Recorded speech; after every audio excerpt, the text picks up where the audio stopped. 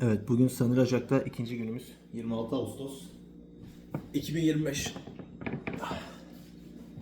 Evet, ikinci günümüzü tamamlamak üzereyiz Sanır Ocak'ta. Dün anlattıklarımızın üzerine dün şunu fark ettik. Güneş batmadı gibi kızıllığı duruyordu. Yani akşam ve yatsı namazının vakitleri akşam 9.30, yatsıda 11.30 ama yine güneşin kızıllığı devam ediyordu. Uzun bir gündü diyebiliriz. Tabii o dünün yorgunluğundan öyle bir uyumuşuz ki yani arada sırada alarm sesleri duyuyorduk ama İkram'ın alarm sesleri duyuyordu ama yani kalkamadık. Fakat sabah 8'de kalktık, öyle bir o kadar çok uyuduğumuzu hissediyoruz ki sanki Kitchener'da 11-12'ye kadar uyuduğumuz zamanlarki uykuyu almışız gibi. Yani saate baktım, saat sanki böyle 10-11 gibi hissediyordum ama baktık saat 8-8.30. Evet, yani buranın havası belki ona gerçekten daha iyi uyumamızı, daha iyi zinde kalmamızı fayda ettiğini anladık. Havası güzel.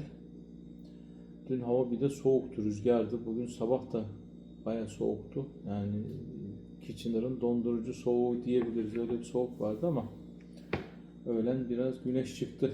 Güneşi gördük. Bugün okulumuza gittik. Okulumuzdaki öğretmenlerle tanıştık. Müdürümüz, müdür yardımcımız, hangi derslere gireceğiz onları konuşuldu. Ondan sonra işte dün gittiğimiz küçük bir market vardı ama bugün daha büyüğüne gittik. O kapalıydı. Para ödemeye gittik. Oraya para ödeyeceğimizi zannediyorduk ama bayağı büyük bir marketin içine girdik. Yani istediğiniz hemen hemen her şey var. Fakat bazen fiyatları pahalıydı gerçekten. Yani Costco'da baktığımız bu içinde 130 parça olan küçük çikolataların kutusu hani burada 57-58 dolar. Yani Kitchener'da Costco'da baktığımızda 12-13 dolardı o. Yani hemen hemen 4 katından daha fazla bir fiyat farkı var. Yani her gelen çocuklar merhaba diyor, nasıl işte adımızı soruyorlar. Çok cana yakın. Belki hani bizi yabancı gördükleri için. İkinci günde de güzel, bereketli olduğuna inanıyoruz. Yarın inşallah okula başlayacağız. Tabii bugün yemek olarak da bahçemizden taze fasulye getirmiş. Onu yaptık. İçine sarımsak. Onu yiyeceğiz. Evet, benim şeylerim bu kadar İkram. Sende ne var? Burada uyuması çok zevkliydi, hakikaten çok dinçti. Ama kalktığımızda hani akşam 8 mi sabah 8 mi anlamadık çünkü akşam 8 ile sabah 8'in havası aynı şu an hani görünüş. Ama güneş yavaş yavaş azalacak. Hani Aralık'ta neredeyse hiç güneş doğmuyor. 2-3 saat kendini gösteriyor. Sonra yeni karanlık oluyor yani birkaç ay. Aralık'a kadar azalacak. Aralık'tan sonra yükselip Temmuz'da zaten hiç batmayacak hale gelecek.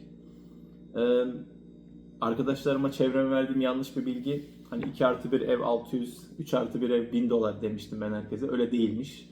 2 artı bir ev 2600 dolarmış.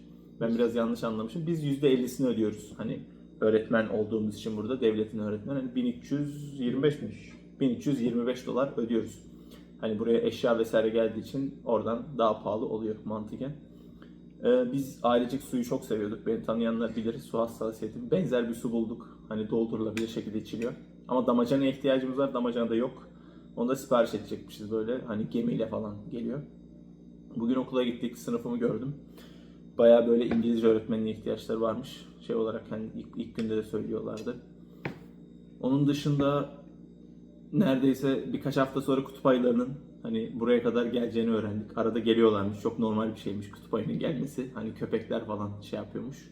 Ama şu ana kadar ölen olmamış yani. 3-4 sene önce birine saldırmış sadece. Şey yapmış. İşte müdür anlatıyor mesela işte benim eşim diyor bir kutup ayısı vurdu diyor. Mecburdu diyor. Normalde kutup ayısı vurma sayıları varmış yani. Yıllık işte 10 tane 12 tane vurabiliyorlarmış hani köy olarak. Ama mesela işte torunlarının peşinden koşuyormuş kutup ayısı. Hani bunu görünce vurmuş. Yani müdür konuşurken siz de vurursunuz dedi yani size koşan biri olursa. Ben de benim silahım yok.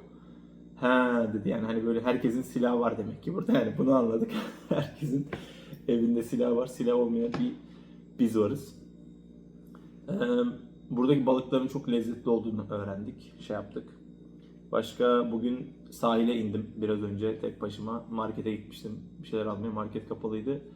Su tuzlu.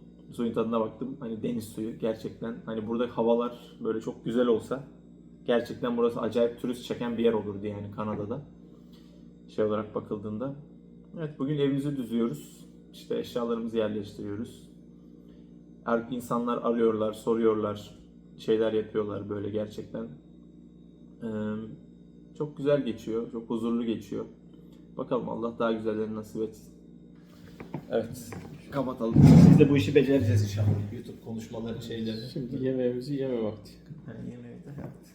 Kolay gelsin, hayırlı günler, hayırlı geceler herkese.